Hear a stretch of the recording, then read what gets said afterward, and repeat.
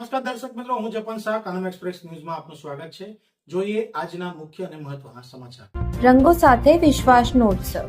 Jhalod police સ્ટેશનમાં ધૂળેટીની થઈ અનોખી ઉજવણી. પ્રજા પોલીસ મિત્રતા, સામાજિક સમરસતા અને એકતાનો પ્રેરણાદાયક સંદેશ.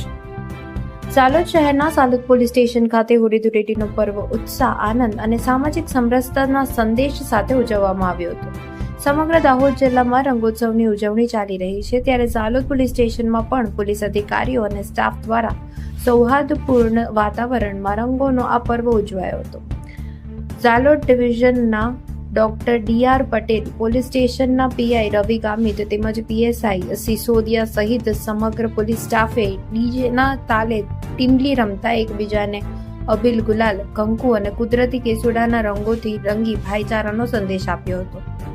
રંગો ભળે ત્યારે દિલો ભળે છે. ડીવાયએસપી ડી.આર. પટેલનો સંદેશ. ડીવાયએસપી ડી.આર. પટેલે ધૂળેટીની શુભેચ્છાઓ પાઠવતા જણાવ્યું હતું કે હોળી એ માત્ર રંગોનો તહેવાર નથી, પરંતુ જે સમાજમાં રહેલી ભેદભાવની દિવાલોને દૂર કરી સૌને એક મંચ પર લાવવાનો અવસર છે. તેમણે જણાવ્યું કે પ્રજા અને પોલીસ વચ્ચે વિશ્વાસ, પારદર્શિતા અને મિત્રતા વધુ મજબૂત બને તે માટે આવા ઉત્સવો મહત્વપૂર્ણ છે.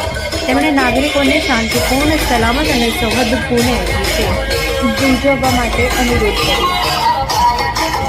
પોલીસ તમારી મિત્ર છે, પીઆઈ રવિ ગામિતનો જણાવ્યો. પીઆઈ રવિ ગામિતે જણાવ્યું હતું કે પોલીસ માત્ર કાયદો વ્યવસ્થા જાળવવાની સંસ્થા નથી, પરંતુ સમાજનો એક અભિન્ન ભાગ છે.